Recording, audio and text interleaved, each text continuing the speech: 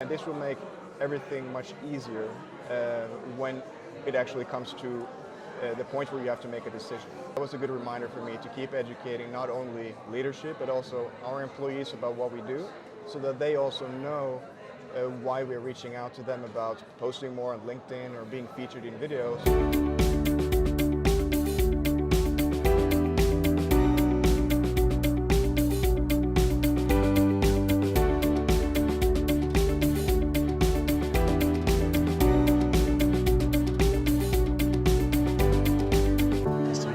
Nice to meet you too. Yeah, good. So you're on stage earlier on this morning, and we're going to have a great conversation later on. But I'm really interested to know about what your, having been here today, what your, I suppose, key piece of advice would be for employer branders who are listening to this, because they're going through lots of challenges themselves. There'll be stuff that if they came to this conference, they'll be nodding their heads. So what advice would you give employer branders to be successful in what they do and make the world a bit more human?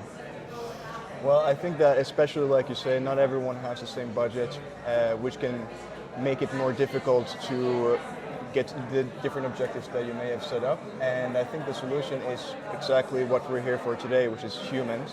I think that you should connect more with the people in your company and see how you can raise their voice to talk about your company with people externally. We've had people talking this morning about videos, so getting your employees involved in video in an authentic way. We've also had people talking about an ambassador program, and I think this is a different way for them to raise their own voice by themselves while building their personal brand. And I think that doing this, and also I've been talking about the career side, highlighting them together with the other content that we want to highlight, is another way that doesn't necessarily cost a lot of money, but still can help you talk about your company in a very authentic way. Yeah, nice. What for you? What's worked in terms of getting buy-in from other people, particularly leaders of organisations?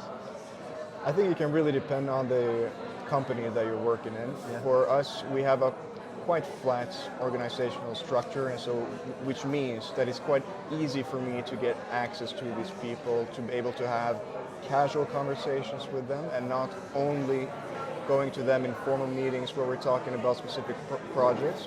I think it's important to, throughout the year, keep in touch with them, keep them educated about the things that you're working on, so that they know the benefits from your work throughout the year, not only when you're pitching your project to them, but already before you're there. They know who you are, they know what you're doing and why you're doing it. And this will make everything much easier when it actually comes to the point where you have to make a decision.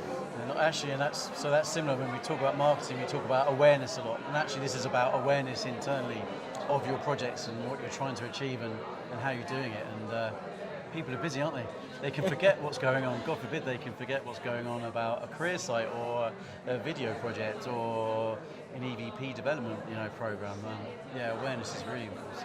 I was shocked when I realized that people had forgotten what I told them 1.5 years ago, because I made an amazing presentation internally. Yeah.